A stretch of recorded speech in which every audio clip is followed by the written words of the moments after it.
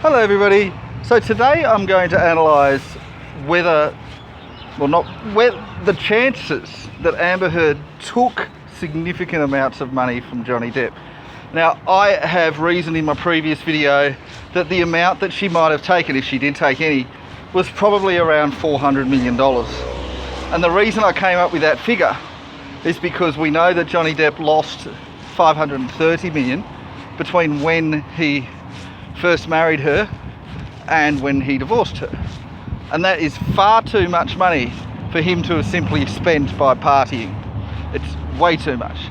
However, it's not, the amount that he could have spent from partying does go up if we consider not only him, but Amber Heard, Amber Heard's sister, and at least 4 hangers-on. And that amount I have worked out is anywhere from $4 million to $96 million. And I came up with those figures because Amber Heard, in her legal threat to Johnny Depp, where she said, "You give me this much money or else I will put out a restraining order," which she didn't say it was fake, but she said, either you give me this money. She asked for not only a certain amount of money and provisions and stuff, but $50,000 per week to live off. Now that money, I would reason, is probably how much money she was spending. The question is, and why I've got this variance, was it just her, and was it just during the marriage that she spent that much? Or was it potentially all 6 of them? There might have been more than 6. And could it have been not just for the year and a half of their marriage, but for the whole 6 years that she'd known him? So if it was for the year and a half of the marriage and only for her, that works out to about $4 million. If it was for all 6 of them, just for the year and a half of marriage, then it's $24 million. And if it was for all 6 of them, so Amber Heard, Whitney Henriquez, and the 4 hangers-on, I believe there was only 4, and for the entire 6 years of their relationship, then it goes up to $96 million, which I may as well say is $100 million. It's close enough. And even though it's not quite the same figure, when I'm saying $530 million that he's lost, I'm saying, yeah, 530 minus 96 is 134, but I'm just rounding that down to 500, or 400, sorry. So, yeah, it should be 434, or between 526, 434 and 526. 400 is lowballing it, but I think then I'm accounting for the fact that, yes, Johnny Depp probably did spend a bit of his own money. Did he spend that much? No. Simple answer, no, you wouldn't. And yes, celebrities have been known to overspend to bankruptcy, but it doesn't happen in 1 year. Or it can. There's certainly been examples of people winning Tats Lotto and the like and then spending it all in a year. But no, if he's built this up over a 40-year period, it's been going up and up and up, as has his expenses. I would think if he was massively overspending, it would still probably take 20 years for it to go down to zero. And it didn't go down to zero, it went down to, but you see, it went down by 80% in 1 year. It should be going down by maximum 5% in a year. So I could certainly believe that he would have spent $1 or $2 million in a year for himself. Absolutely can. And if he had a big expenditure, yes, there'd be more than that. But no, you wouldn't cut off 80 to 90% of your total net worth in a year and not realise you have. So I think that he would be aware that she and her hangers-on were fleecing him for millions of dollars every year. And whether it was $4 million just for her, or whether that was the amount for all of them, or if it was $4 million each per year. I don't know how much it was. I don't know if that $50,000 was just her allowance or if that was everybody's allowance combined. I don't know how that worked.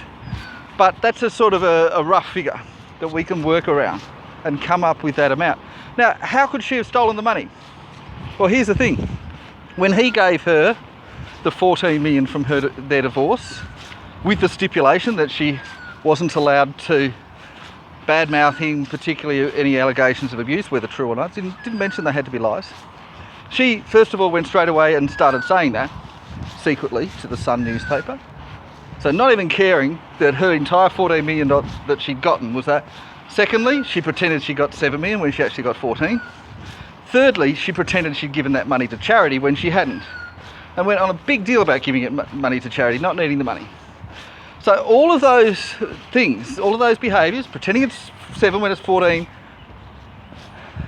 lying about the giving to charity, and you know, that's all fraudulent behaviour. It's not illegal. So what she's doing, if she's telling people that she got half as much as she actually got, that's not illegal. She's not required by law to say, oh, I got 7 million in cash, but also 7 million in property. She's not required by law to do that. Doesn't have to say it. She can just say, oh no, I got 7 million when she really got 40. There is nothing illegal about that. Probably would have helped if some fact checkers had checked and gone, oh, actually she's understating that. There's also nothing illegal with her saying, I gave money to charity when she didn't. Also nothing illegal with her pledging money when she didn't. She potentially, well, the Sun potentially won that court case in the UK based on that lie, and therefore that could be fraudulent in that sense. But that's a separate issue. That would not be fraud, that would be perverting the course of justice. That would be perjury. Different case, you go to jail for that. But the issue is that this sort of thing, this sort of behaviour, is financially manipulative. It is fraudulent. And it's the sort of behaviour that you would expect from someone who steals money, who grifts, who just manipulates people out of money. And we also know that she did take enormous amounts of money, not only her, but her sister and 4 hangers on at least.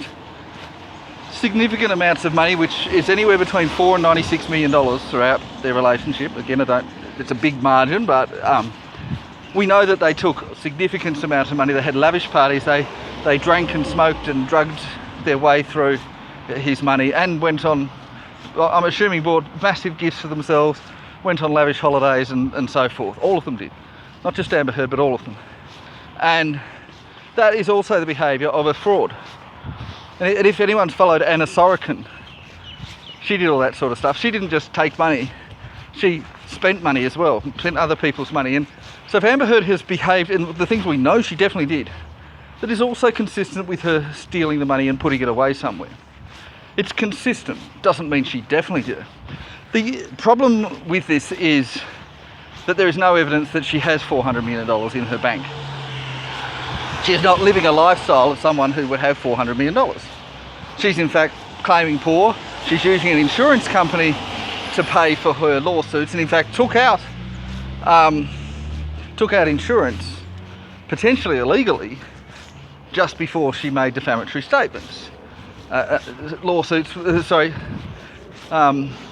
Insurance which neatly covered massive lawsuits against her.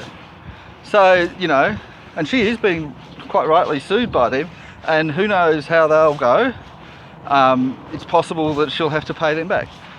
So all of that is consistent with someone that would do that. How would she do that? I would think the most likely way that she would do it is that she would add a zero on the end of bills that she asked Johnny Depp to pay for things for her, and then adds a zero and puts the extra money, the extra 90%, into her own bank account or into something. Now, she couldn't do that alone. It wouldn't be possible for her to just do that by herself. She'd have to have other people helping her. I don't think they would be the same people that are grifting. Not those 4 that appeared in court, not a sister. Might be, they might have some involvement, but I think these would be separate people. Who they are, don't know. How many people would you need?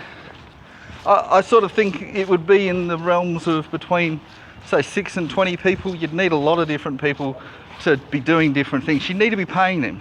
So these people would be getting money from her to engage in the fraud, to keep the secret, and to continue with the fraud, because it's still a fraud today. Now, $400 million pays a lot of people a lot of quiet. And no, she wouldn't have to pay $400 million to them, but let's say she paid $4 million combined, let's say for 20 people, still $200,000 each. And I think there would be people who would take that money and who would help with her for that amount of money. And some of these people could eventually be bought off. And I think we'll find that if she has done this, then over time this will become more obvious. At the moment though, there is certainly a possibility that she didn't do it.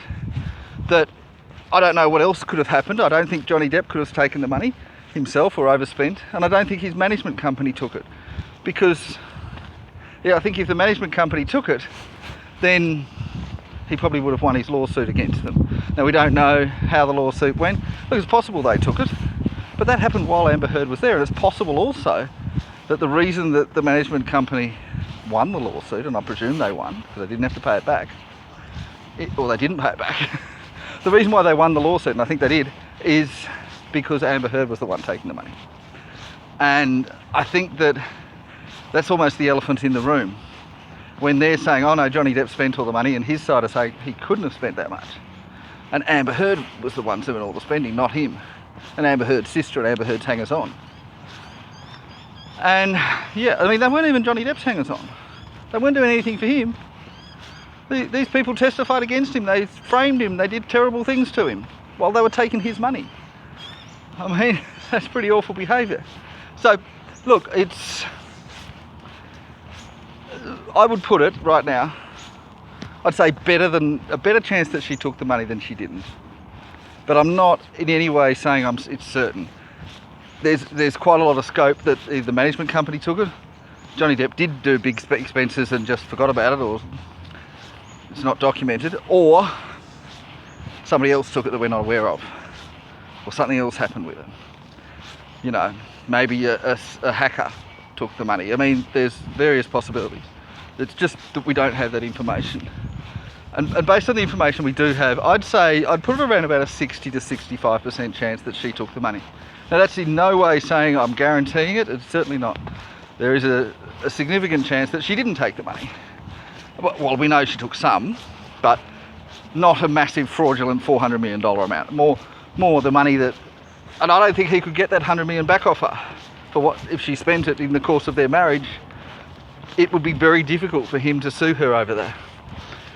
But if she does end up with $400 million, I think you'll find that he'll be suing her over that, and probably will be winning. It'll be a tough court case, but I think there's a good chance he'll get a significant amount of it back, depending of course on how she conducted the fraud, if she went all Anna Sorokin level or did something else.